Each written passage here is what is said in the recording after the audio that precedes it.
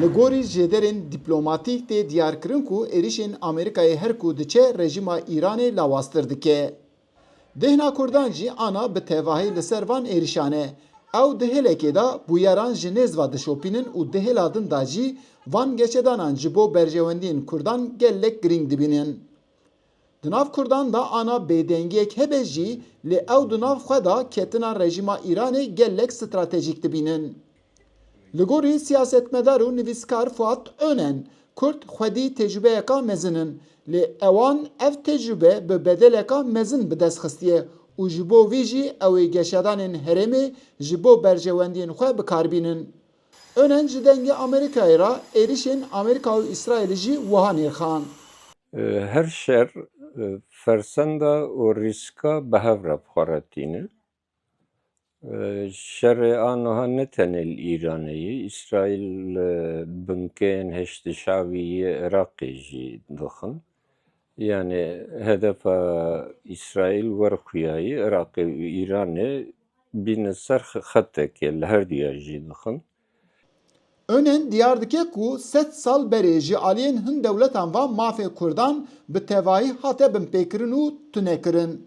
Li Önen dide zanîn ku dîroka Kurdan wê di vê 8 salê da biqulpe ser jiyaneka nû. Fersendek heye, Tehran, Bağda, Ankara, Şam çiqas lawaz bibe, em ew qas nêzî serxwebûnê ne. Ev ya fersende.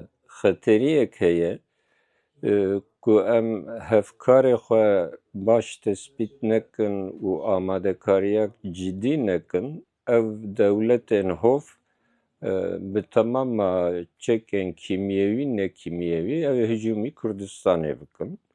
Berî êrişên Amerîkayê yên li ser rejima Îranê li Tehranê û çarmedorên Îranê gelek çalakî li dijî rejimê pêk hatibûn. Pisporê siyasî Ümit Fırat ji dengê Amerîkayê ra diyar dike ku piştî van êrişan pêkan nîne hêza rejima Îranê wek berê bimîne. Bugün İran yönetimi mesela Rêveberiya Îranê piştî êrişên Amerîkayê gelek lawaz ket. Ev rêveberî bi vî şeklê de çiqas jiyana xwe bidomînin nikarim tiştek bêjim. Lê dikarim bêjim ku ew raporînên ku li Îranê pêk dihatin heke carekî din dest pê bike de rejima Îranê nikaribe li hemberî wan bisekine. Fırat dide zanîn ku dê rewşa rojhilata navîn dê ji nû ve were diyar kirin. Ji ber vî jî ew dibêje Kurd pêdiviye ku van tiştên ku dikewîmin ji bo berjewendiyên xwe bikarbînin. bir fırsat var. Yani bunun Ji bo Kurdan firsendek çêbû. Heta niha Kurdan dixwastin ku mafên xwe yên rêva bi dest bixin. Lê hemû dewletan pêşîlê digirt. Îro em dibînin ku hêzeke navnetewî rewşeke nû pêk tîne. Piştî êrişên Amerîkayê yên li ser Îranê dikarim bêjim ku ji bo Kurdan firsendekî girîng çêdike. Êrişên li ser rejima Îranê bala Tirkiye ji mêjva dikişîne. Eyüp Demir, Dengê Amerîka, İstanbul.